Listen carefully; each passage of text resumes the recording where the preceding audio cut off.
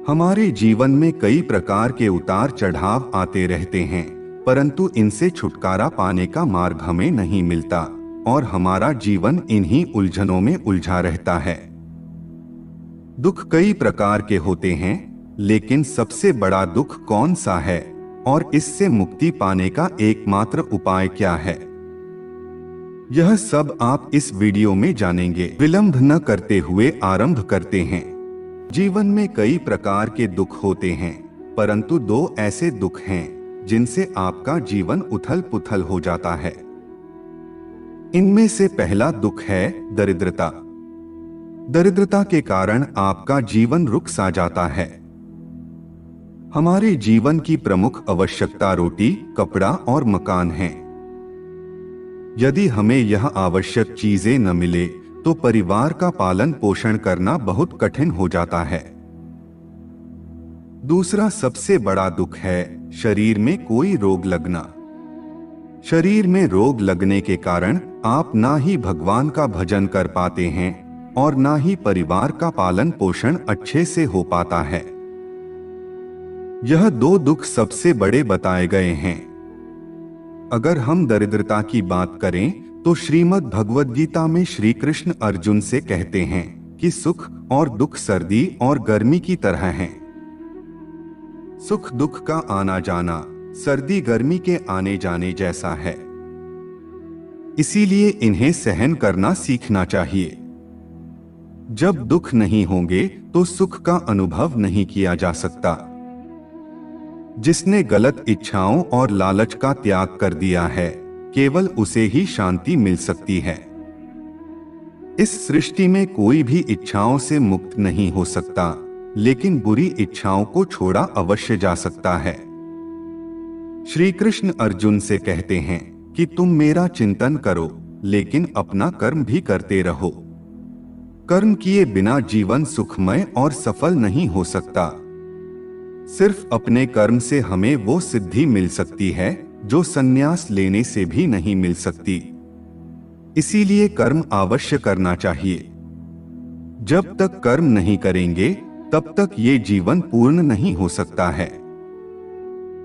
जो भगवान से विमुख होते हैं वे अपने शरीर एवं शरीर के संबंधियों को ही सब कुछ मान बैठते हैं। इसी सोच के कारण जीवन भर अशांत रहते हैं। ऐसे लोग अज्ञान को ज्ञान मानकर अभिमान करते हैं। इन छोटे विचारों से जीव को कभी संतोष एवं तृप्ति नहीं मिल सकती। कल्पना में जीने वालों की इच्छाएं रेत के महल की तरह समाप्त हो जाती हैं।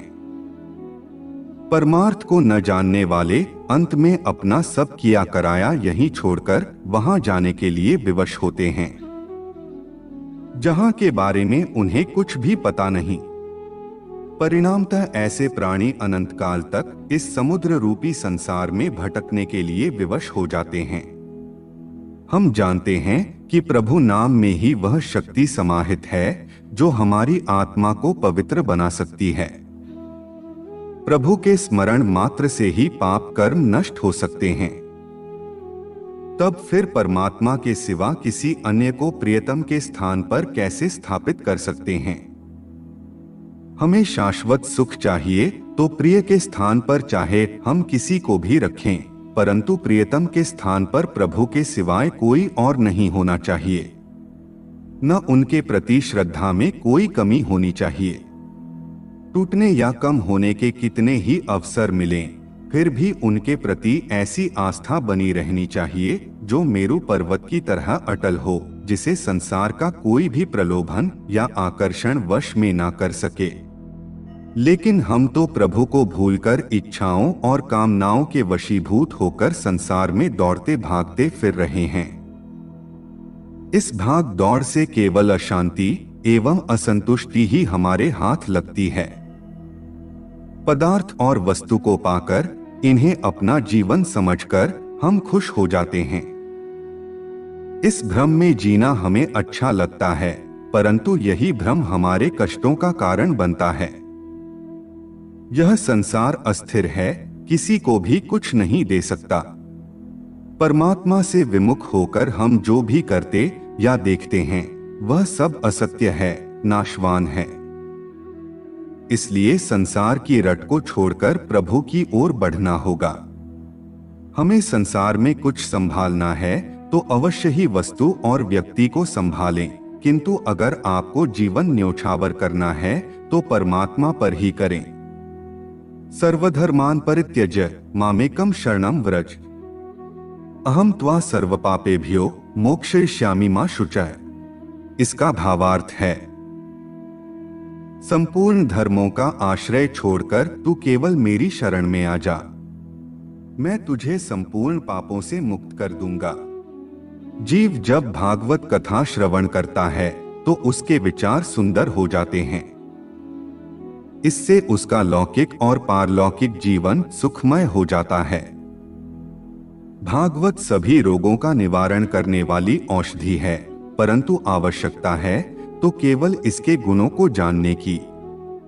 अहंकार, लोभ, क्रोध, लालच और पापों से दूर रहने के लिए भागवत कथा का श्रवण अनिवार्य है। मानव वह नहीं जो गलती करके उसे स्वीकार न करे, बल्कि सच्चा व्यक्ति तो वह है जो गलती करके उसे स्वीकार करने के साथ साथ आगे से यह गलती न दोहराने की शपथ लेता हो। और यह भागवत हमें सिखाती है कि क्या गलत है, क्या सही। वर्तमान में मनुष्य भागवत महापुराण से अपने सुखी जीवन के लिए जो कुछ भी मांगता है, वास्तव में वह सुख की वस्तुएं नहीं बल्कि सांसारिक भोग विलास की वस्तुएं हैं। सच्चा सुख अगर किसी में है तो वो केवल प्रभु की भक्ति में है। आपके इष्ट चाहे कोई भी हो, आप उन पर विश्वास रखकर बस अपना कर्म करते रहें। पाप कर्म का अंत ही दुखों से मुक्ति पाना है और पापों के निवारण का एकमात्र उपाय प्रभु के पवित्र नाम का भक्ति भाव से स्मरण करना है। इसलिए जीते जी हमें प्रभु चरणों में समर्पण के लिए हर पल तत्पर रहना चाहिए। इसे हम एक उदाहरण से भी समझ सकते हैं। जिस प्रकार खनिज पदार्थों में हीरा और सोना तथा दूध में घी स्वभाव से विद्यमान है, उसी प्रकार हमारी सबकी आत्मा में प्रभु की विद्यमानता स्वाभाविक रूप से होती है।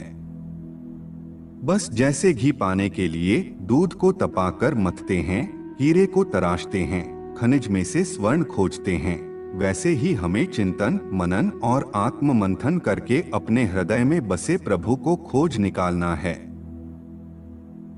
आज के लिए केवल इतना ही। जाने से पूर्व वीडियो को लाइक करें व चैनल को सब्सक्राइब अवश्य करें।